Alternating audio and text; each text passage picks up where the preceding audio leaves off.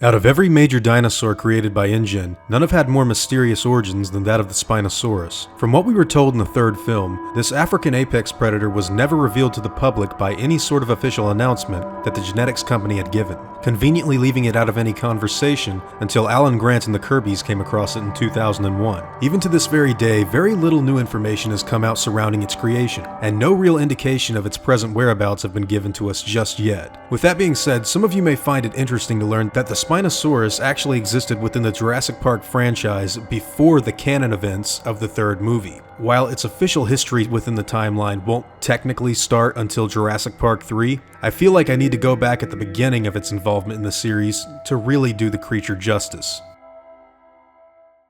The first time we ever got a look at this new carnivore would actually be in the toy line for The Lost World. Now, I can vividly remember picking this thing up at a local department store around 1997 during the hype for the second movie. This rendition of the creature is given the code name Slice, and its color scheme is a mix of blues and greens instead of the reddish tan color of its film counterpart. The dinosaur is also noticeably smaller than the one featured in the movie, and in fact, I can recall a lot of depictions of the animal being this small and having this standard megalosaurus snout in many different forms of dinosaur media before the release of Jurassic Park 3. While this version of the creature used to be one of my favorite toys as a kid, I can understand why some Spinosaur fans may take issue with its design in the present day. Now, moving ahead 2 years into the future, Spinosaurus would appear yet again, this time in the video game Warpath Jurassic Park. Its inclusion in this dinosaur fighter gives it a unique cutscene where it's shown to break out of the laboratory arena.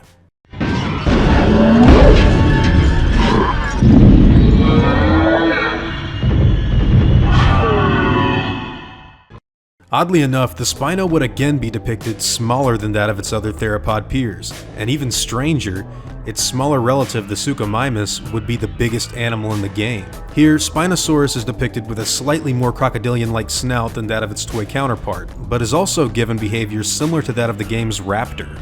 This would be the final non-canon appearance the creature would have before its true introduction in 2001.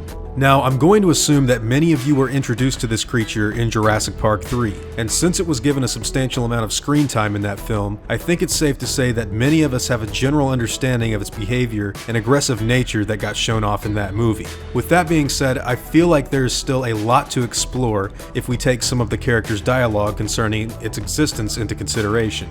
After being attacked by this new predator, Alan Grant and Billy Brennan discuss the animal briefly back at the site of their destroyed plane. Billy assumes the creature to be a Suchomimus or Baryonyx at first, but is later corrected by Dr. Grant, who reveals the actual name of this large predator. This confuses Grant's student, who immediately responds with the statement that he didn't know that the Spinosaurus was even on InGen's list of cloned animals, and Alan confirms Brennan's suspicions soon after, saying that's because it was never on their list, presenting the audience with the intriguing questions as to why this dinosaur was even created and why it wasn't revealed to the public.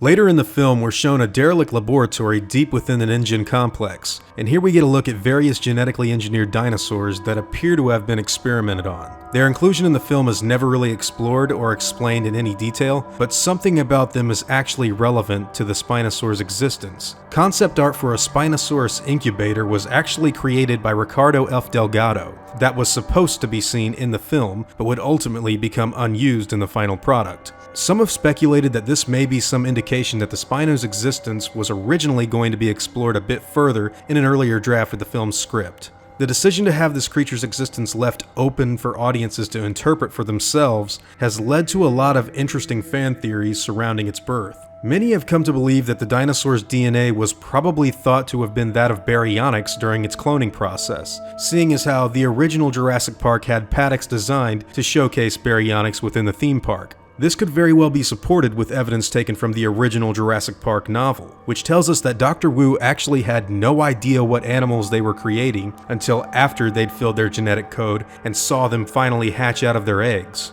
A point of the book that I've actually gone over before in the past has to do with Dr. Sattler challenging Henry Wu's classification of the raptors that are being bred in Jurassic Park, with Wu's insistence on the creatures being Velociraptor mongoliensis rather than Velociraptor anteropus. Wu seemed to make his decisions on what species he'd been breeding with where they mined the amber, and didn't really research their actual species identity until they'd already been breathing outside of their artificial shells. Now again, this information is taken from the Jurassic Park book, which is different to that that of the movie canon, although I will say that it would explain a lot in regards to how many of the Jurassic Park species look slightly or even vastly different to that of their fossilized ancestors. The most recent information on the Spinosaurus creation can be found within the Masrani Global website, which was created for the release of Jurassic World. Here, Wu details his failed research at trying to recreate feathers for InGen's cloned dinosaurs, and ends his message with a cryptic statement regarding a failed experiment that involved gene splicing.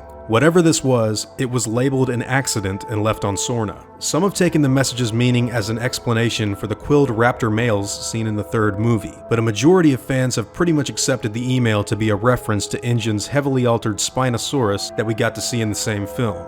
This would line up with the fact that the creature wasn't intended for Jurassic Park, and why it also was never featured on any list the company released to the public. Whatever the case may be, this clone still has a lot of questions left begging to be answered. Compared to all other carnivorous dinosaurs that InGen is known to have created, the Spinosaurus is by far the most aggressive and unforgiving creature that we've ever seen in the series outside of the Indominus Rex. It's shown to methodically stalk its prey to no end and journey great distances after whatever it chooses to hunt, regardless of the size of its game. The creature shown in Jurassic Park 3 may even have become enraged at the humans it encountered within the film after they ran a plane into its body, and could very well have tried to enact its revenge on the humans despite the characters not really doing a terrible amount of damage to it in retrospect. The last time we get to see the Spinosaurus in canon is in a few small Easter egg references in Jurassic World. Specifically, some merchandise used for the movie proudly shows the Spinosaurus in small hidden scenes. A skeleton of the ancient beast is also held on display in the center of Jurassic World, where it would stand before it gets destroyed by the original Tyrannosaurus Rex that made its appearance in the first Jurassic Park. While many have speculated the skeleton to be that of the Spinosaurus from the third movie, I want to make a point of stating that this really couldn't be the case, seeing as how the skull and general bone structure of the carnivore